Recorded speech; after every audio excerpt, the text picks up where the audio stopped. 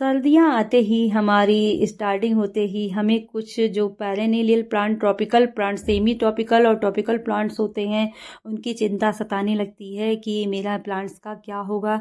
गर्मियों भर तो हमने उनकी अच्छे से केयर की, तो फ्रेंड्स उनके लिए भी कोई ना कोई समाधान है। और इसकी सर्दियों में इनके पत्तियां पीली होने के क्या रीज़न हैं, उनका क्या सोल्यूशन है, आज वीडियो में उनको देखेंगे हम।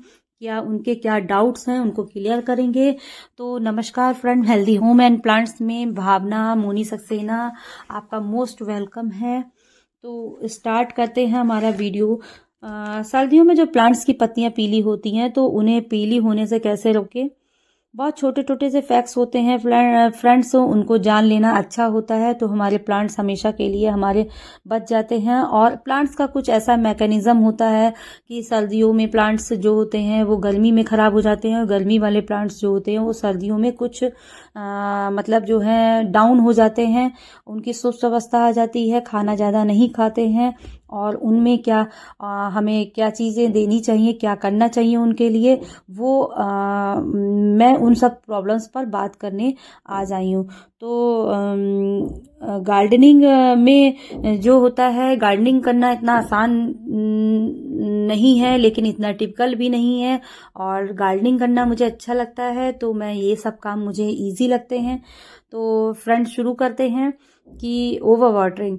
सबसे पहले तो पीली होने के कारण होता है कि ओवर वाटरिंग। अगर एक दो पत्तियां पीली हो रही हैं तो कोई चिंता नहीं है, वेदर की वजह से हो रहा है, ये जो मैकेनिज्म है उसकी वजह से प्रॉब्लम हो रही है, जो हमारे मौसम में जो चेंजेस आते हैं उसकी वजह से हो रहा है।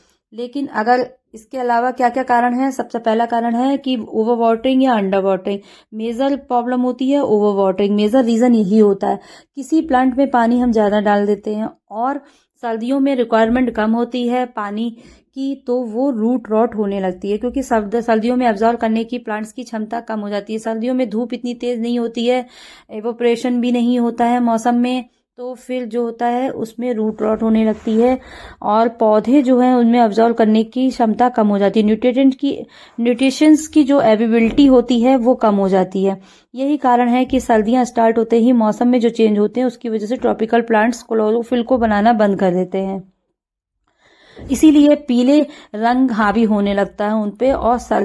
और दूसरी प्रॉब्लम होती है कि सर्दियों में हम क्या करते हैं कि जैसे ही गर्मियों में हाई नाइट्रोजन खाद दे देते हैं, वो फर्टिलाइजर देते रहते हैं अपने प्लांट्स पर, तो इसीलिए कहा जाता है कि सर्दियां शुरू होने से पहले ही आप अपने प्लांट्स को फर्टिलाइज कर दीजिए, लेकिन फिर 3 महीने आपको फर्टिलाइजर नहीं देना है, क्योंकि ये जो होता है एक प्रोसेस होता है।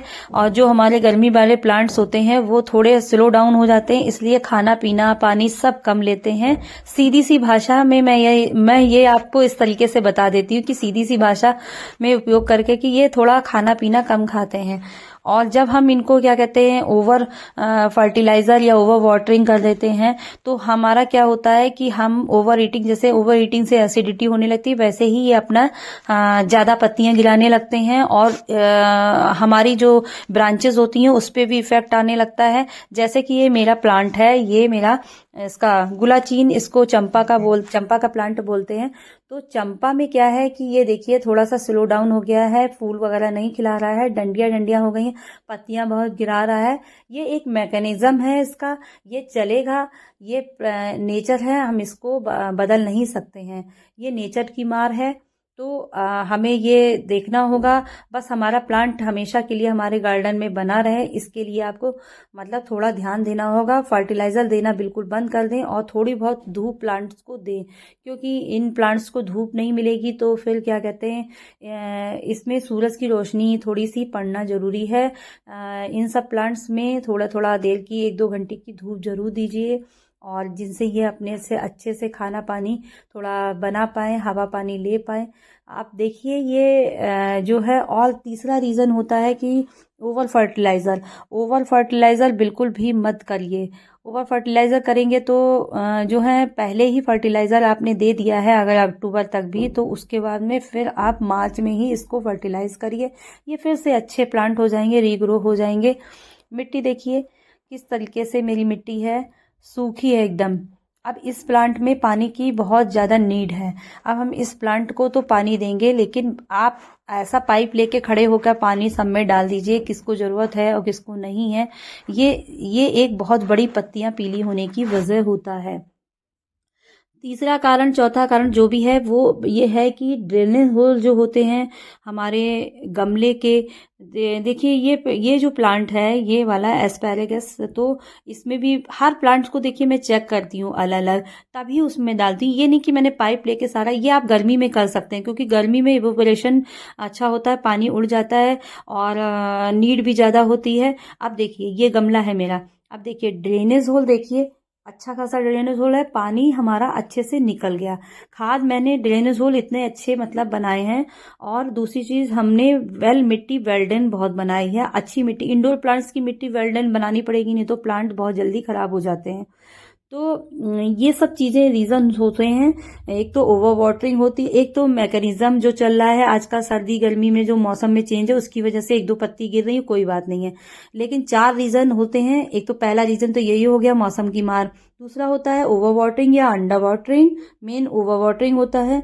और तीसरा होता है हाई नाइट्रोजन और ओवर फर्टिलाइजर वाली खाद, और ड्रेनेज होल अच्छा ना होना, और वाटर लॉगिंग 4 कारण मान के चलिए कि होते हैं हमारे इन सब प्लांट्स के लिए खराब होने की वजह और पत्तियां पीली होने। तो अब इस तरह की जानकारी मैंने आपको अच्छे से दी है। और ये जो प्लांट्स होते हैं ये जान लीजिए कि इनको कुछ कोई नहीं रोक सकता है, कि मतलब ये गर्मियों के प्लांट है और ये गर्मियों में ही अपने अच्छा असर दिखाएंगे, अच्छे से आपके प्लांट्स बनेंगे, अच्छे से खिलेंगे। तो इनके विषय में छोड़ना बंद कर दीजिए आप सोचना, और बस अपने प्लांट्स को थोड़ी धूप दे दीजिए, थोड़ी सी धूप लग जाएंगे इन प्लांट्स को तो ये हमेशा के लिए सही रहेंगे। फर्टिलाइजर मत कर दीजिए, बिल्कुल भी फर्टिलाइजर देना मत कीजिए, रिपोर्टिंग मत करिए और प्रूनिंग मत करिए, कुछ मत करिए, इनको बिल्कुल भी मत छेड़िए, और थोड़ी बहुत धूप दे दीजिए। और जब पानी बिल्कुल, मिट्टी हमने जैसे दिखाई है आपको मैंने, वैसे ही देखा करिए मिट्टी, और उसमें फिर तभी ही पानी डालिए। तो मेरे वीडियो में क्या खराब लगा, क्या अच्छा लगा, थैंक यू फ्रेंड्स।